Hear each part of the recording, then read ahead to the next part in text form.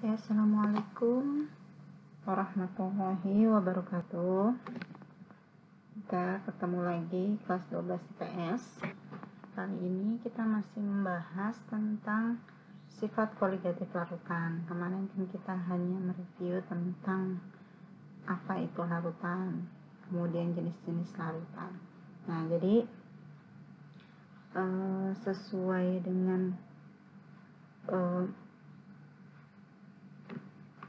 dengan kurikulum untuk kelas 12 ya, kita akan mempelajari tentang sifat koligatif larutan. Sifat koligatif larutan itu jadi sifat fisik larutan yang hanya ditentukan oleh jumlah partikel zat terlarut ya, jumlah partikel zat terlarut yang di dalam larutan. Nah, jenisnya ya, jenis sifat koligatif yang pertama adalah penurunan tekanan uap, kemudian kenaikan titik didih, penurunan titik beku, dan terakhir adalah tekanan osmosis. Kita bahas satu-satu. Nah, sebelum kita bahas satu-satu jenisnya, kita lihat di sini ada diagram fase. Nah, di sini yang sebelah kiri, ya, garis vertikal ini adalah menunjukkan nilai dari tekanan. Ya, ini satuannya milimeter Hg. Jadi paling tinggi di sini adalah 1 atm, yaitu 760 mm Hg. Kemudian garis horizontal ini adalah garis suhu ya, satuannya derajat Celcius. Oke. Jadi kalau tekanan udara normal dan tekanan uap air normal itu tekanannya adalah 1 atm. Nah, kemudian jadi tekanan uap jenuh pelarut ini satuannya adalah nilainya adalah 760 mm Hg. Nah, kemudian ketika air tersebut atau pelarut tersebut ditambahkan zat larut, maka tekanannya turun, misalkan menjadi 750 mm Hg. Nah, antara dari 750 sampai 760 atau selisih dari 760 sampai 750 mm Hg itu dinamakan penurunan tekanan uap nih, delta P. Jadi besar penurunan tekanan uap itu nilainya adalah 10 mm Hg ya.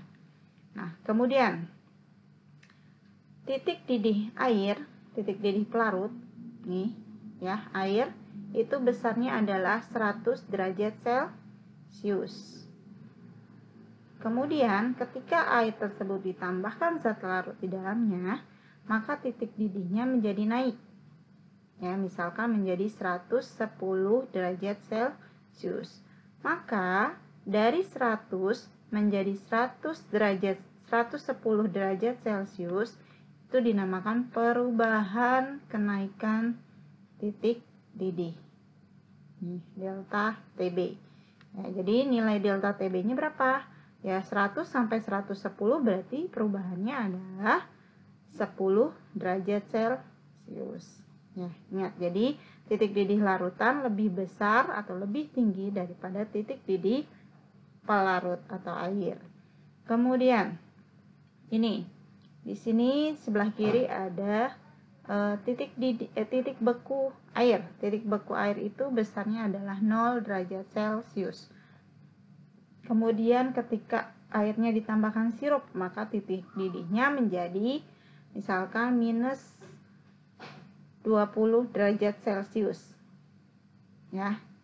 Tuh, jadi perubahan dari 0 menjadi minus 20 derajat Celcius itu dinamakan penurunan titik beku, delta TF.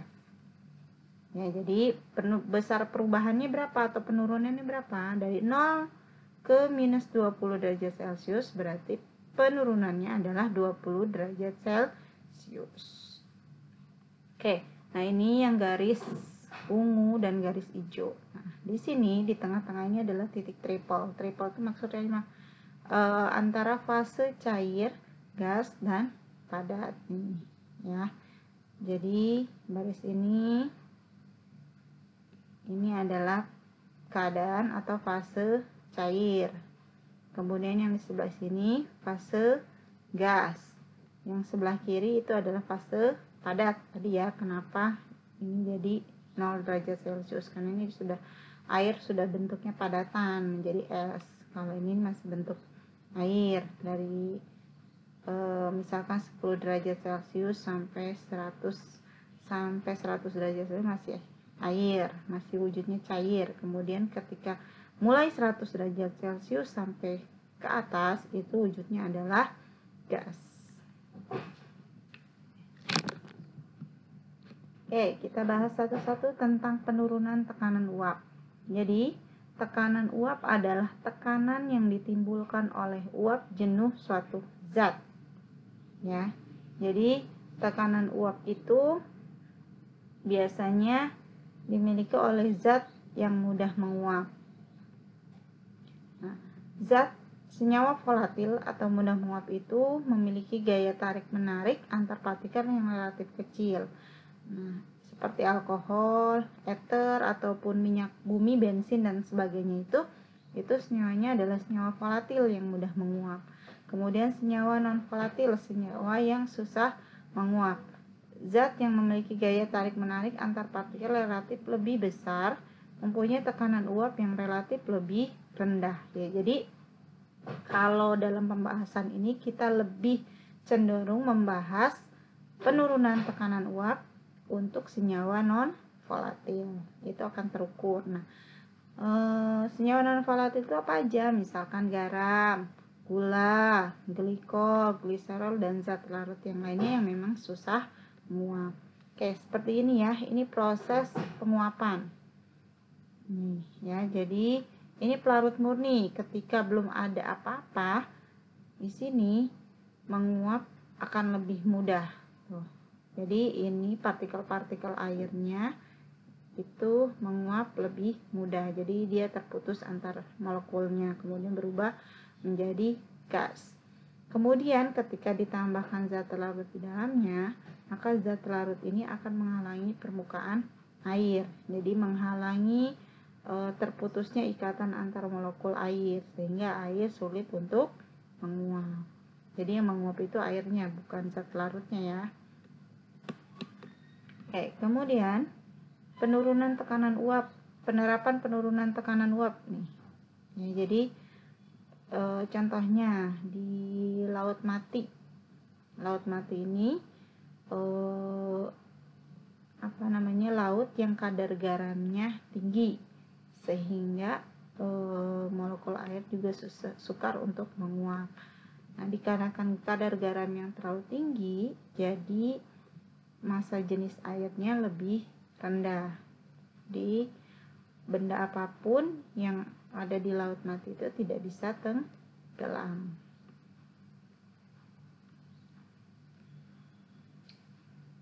Ya, jadi pada saat berenang di Laut Mati kita tidak akan tenggelam karena konsentrasi zat lautnya sangat tinggi. Nah, biasanya, ini ada suatu wahana hiburan yang menggunakan prinsip ini, itu di Taman Mini. Jadi ada kolam renangnya yang memang menggunakan teknik seperti itu dengan kadar garam yang sangat tinggi.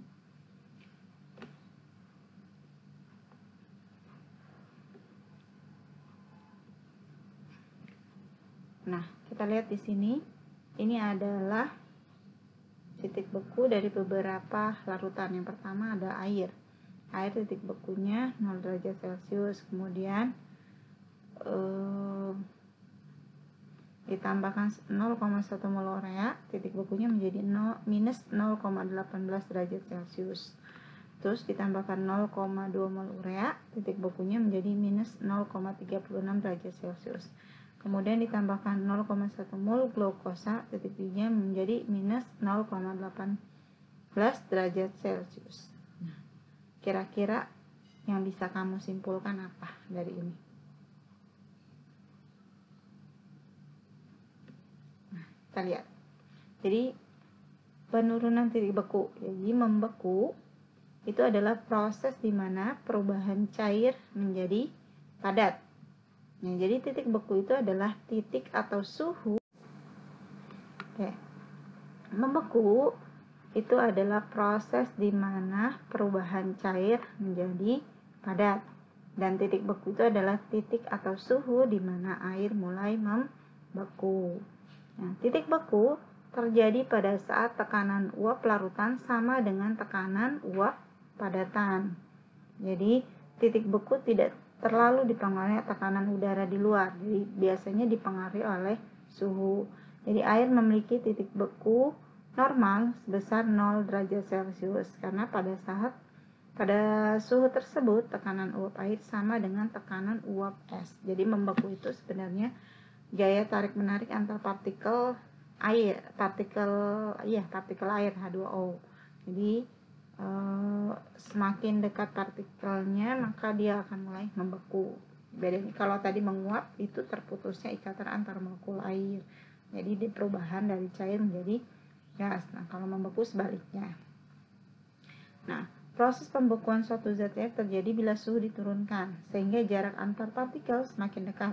Ya, jadi terjadi gaya tarik menarik antar partikel. Gaya tarik antar molekulnya sangat kuat. Adanya partikel-partikel dari zat larut akan mengakibatkan proses pergerakan molekul-molekul larut terhalang. Jadi kalau ada istilahnya kalau air, molekul-molekul air itu ketika akan berubah menjadi padat, dia terjadi gaya tarik menarik, ya. Kalau tidak ada penghalang maka gaya tarik menariknya akan cepat sehingga proses membekunya juga lebih cepat. Sebaliknya kalau ada orang ketiga, misalkan ada zat larut di dalamnya, maka gaya tarik menarik antar partikel molekul air itu menjadi terganggu karena kan ada orang ketiga yang tadinya harusnya lebih cepat membeku. Karena ada zat terlarut di dalamnya, maka proses pembekuan juga menjadi lebih lama. Gitu. Sehingga titik bekunya atau suhu pada saat membeku itu lebih rendah, jadi lebih rendah lagi. Oke. Penerapan penurunan titik beku. Jadi penurunan titik beku ini kita manfaatkan ketika oleh penjual es krim keliling. Jadi kalau es krim keliling itu dia akan meletakkan garam, ya, garam kasar nih di dalam es batu supaya suhu dari esnya menjadi lebih dingin lagi, lebih di bawah 0 derajat. Kalau misalkan batu es dibawa kemana-mana kan lama-lama mencair dan suhunya menjadi normal. Kalau ditambahkan dengan garam maka meskipun dia mencair suhunya akan lebih dingin daripada biasanya. Jadi es krim masih tetap beku sampai sore.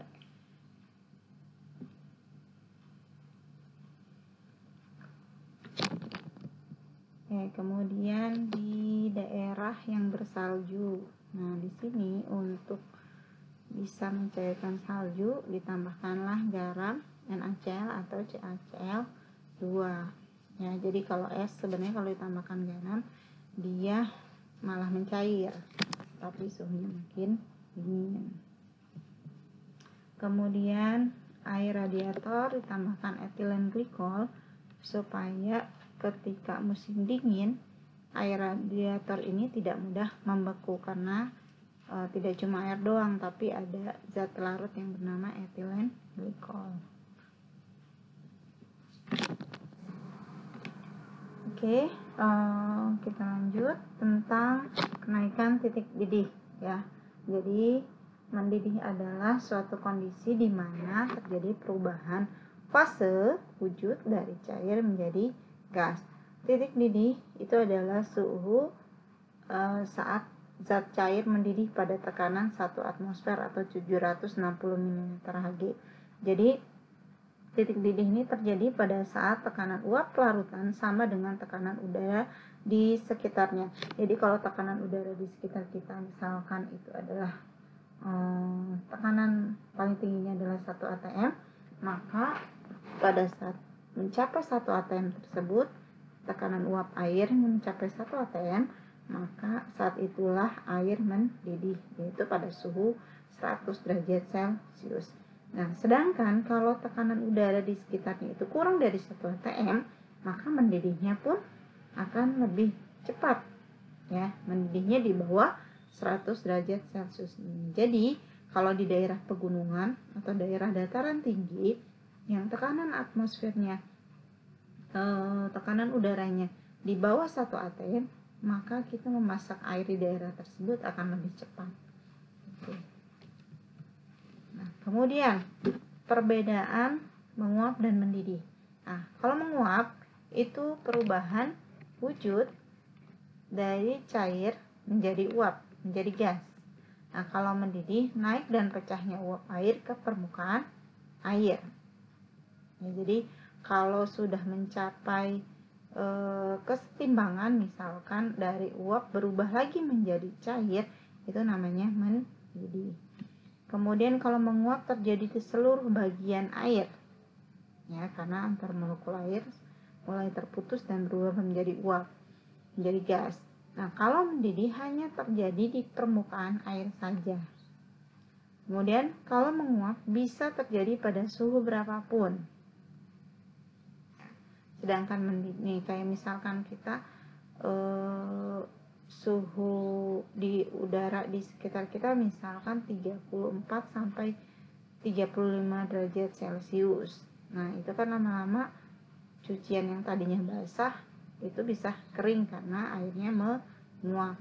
Tapi kalau mendidih itu ya harus berada di suhu 100 derajat Celcius. Kemudian penerapan kenaikan titik didih. Nah, penerapan kenaikan titik didih adanya di mana sih? Nah, ketika proses pengolahan minyak bumi, maka untuk menentukan atau memisahkan jenis-jenis minyak bumi dari mulai bensin, solar, oli, dan sebagainya, itu dibedakannya berdasarkan titik didih masing-masing jenis minyak bumi. Ya, jadi seperti ini. Nah, nih. Jadi kalau misal ini adalah api. Nah, api kita memasak minyak bumi, dididihkan. Nah, paling bawah yang dekat dengan api suhunya sampai 600 derajat Celcius. Nah, di sini ini adalah aspal yang warnanya hitam. Kemudian ketika suhunya di atas lagi, yaitu 300 derajat Celcius, nah, terbentuklah oli dan juga lilin. Terus suhunya 250 derajat, terbentuknya minyak diesel. Terus suhu 200 derajat Celcius, terbentuklah solar. Suhu 120 derajat Celcius, terbentuklah minyak tanah. Suhu 70 derajat Celcius, terbentuklah bensin. Suhu 40 derajat Celcius, terbentuklah ether petroleum. Ini bahan bakar pesawat. Nah, kemudian pada suhu yang agak dingin, yaitu 20 derajat Celcius, terbentuklah gas LPG.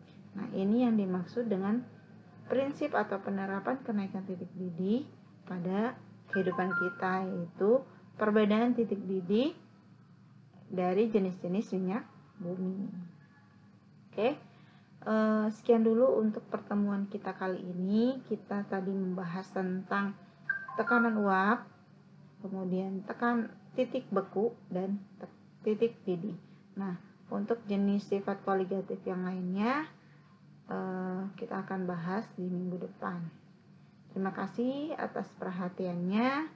Sampai ketemu lagi di pertemuan berikutnya. Tetap semangat. Assalamualaikum warahmatullahi wabarakatuh.